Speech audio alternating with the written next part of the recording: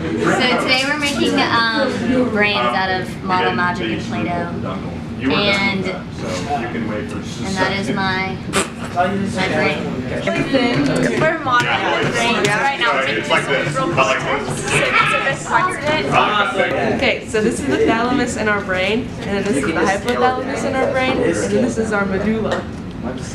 It's the longest pathway in the central nervous system. Basically, it allows the front of the brain to communicate with the back of the brain and through the spinal cord. So all of any kind of sensory input from your body will eventually travel through this. What we have here is the brain stem, and that's represented by the orange Play-Doh.